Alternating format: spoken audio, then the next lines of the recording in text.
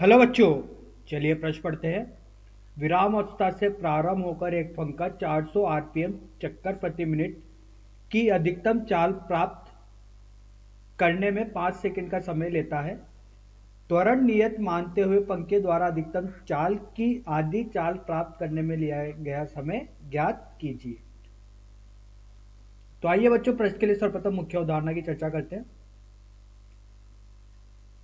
मुख्य अवधारणा तो देखिए बच्चों,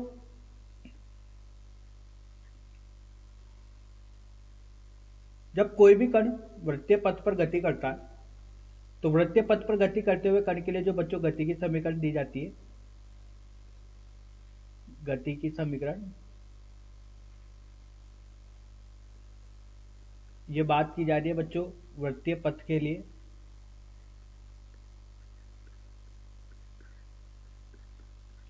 जिसमें बच्चों कोणीय विस्थापन थीटा होता है।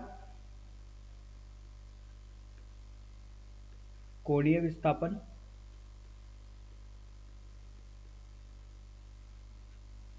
एल्फा बच्चों कोणीय त्वरण होता है।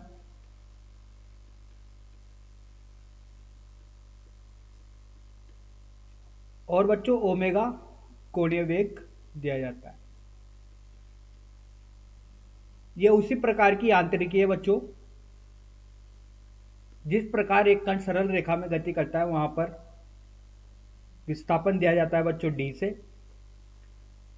वेग दिया जाता है बच्चों v से और त्वरण दिया जाता है बच्चों a से। वही यांत्रिकी बच्चों लागू होती है जब वृत्तीय पथ पर कोई कण गति करता है, तो उसी तरीके से बच्चों गति की समीकरण दी जाती है। इस स्थिति में बच्चों समीकरण जब भी लागू होती है जब त्वरण एक समान होता है। और ये समीकरण होती है बच्चों, पहली समीकरण होती है ओमेगा बराबर ओमेगा नोट धन एल्फा टी। बच्चों ओमेगा अंतिम कोणीय वेग है, ओमेगा नोट प्रारंभिक कोणीय वेग है, एल्फा कोणीय त्वरण है, टी लिया गया समय है। इसी तरीके से दूसरी समीकरण होती है बच्चों थीटा बराबर ओमेगा नोट टी धन 1/2 एल्फा टी का वर्ग। तीसरी समीकरण होती है बच्चों ओमेगा का वर्ग बराबर ओमेगा नोट का वर्ग धन 2 एल्फा थीटा। तो आइए बच्चों इस मुख्य अवधारणा के आधार पर प्रश्न को हल करते हैं। बोला गया है कि बच्चों विरामावस्था से प्रारंभ हो रहा है तो इसका जो प्रारंभिक कोणीय वेग होगा वो कितना होगा, 0 होगा। और बच्चों ये बोला गया है कि इसकी जो अधिकतम चाल प्राप्त करता है, ये प्राप्त करता है बच्चों 400 चक्कर प्रति मिनट। तो ये ओमेगा जो होगा ये होगा बच्चों 400 चक्कर प्रति मिनट। तो देखिए बच्चों, जहां से मैं एक नियतांक का गुणा करता हूं, इस नियतांक को मैंने c माना है, तो ये बदल जाएगा बच्चों रेडियन प्रति सेकंड में, क्योंकि बच्चों कोणीय वेग रेडियन प्रति सेकंड में दिया जाता है। और यहां पर अपन को बताया गया है कि 400 चक्कर प्रति मिनट है, तो मैंने यहां पर इसको किस में बदल लिया है बच्चों, रेडियन प्रति सेकंड में बदल लिया है। अब देखिए बच्चों समीकरण का प्रयोग करते हैं। तो समीकरण का प्रयोग, पहली समीकरण का प्रयोग किया जाता है।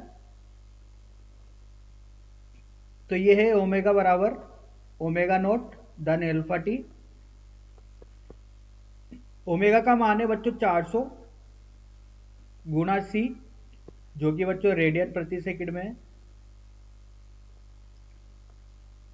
0 धन एल्फा टी पहली स्थिति के लिए। समय बच्चों टी का मान दिया गया है 5 सेकंड, तो समय का मान भी रख देते हैं बच्चों 5 सेकंड। अब बच्चों आगे बोला गया है कि फंक के द्वारा अधिकतम चाल की आधी चाल प्राप्त करने में लिया गया समय। तो दूसरी स्थिति के लिए बात करते हैं बच्चों। तो दूसरी स्थिति में बच्चों देखिए,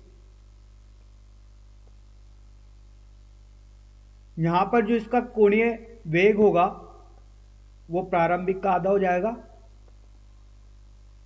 तो ये 400 का आधा हो गया बच्चों 200 गुणा सी रेडियन प्रति सेकंड बराबर 0 एल्फा टी।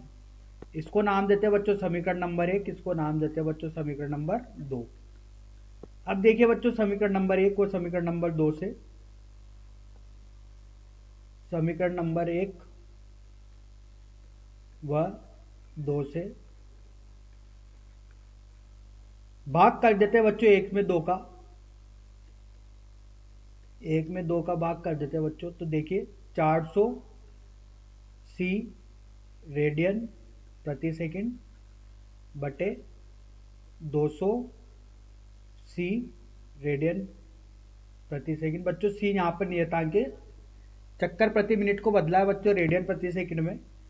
ये नियतांक इसलिए लिया गया है क्योंकि बच्चों यहाँ भाग करना होता था, जो ये कड़ी आएगा बराबर 5/t।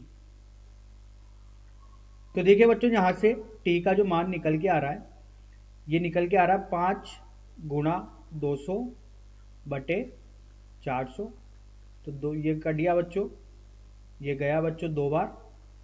तो t का मान आया बच्चों 2.5 सेकेंड। तो बच्चों यही पूछा गया था कि जब चाल आधी हो जाए प्रारंभिक की या अधिकतम चाल की, तो वह समय बताना है। तो वह समय है बच्चों 2.5 सेकेंड। तो आशा करता हूं बच्चों आपको यह समझ में आया होगा। धन्यवाद।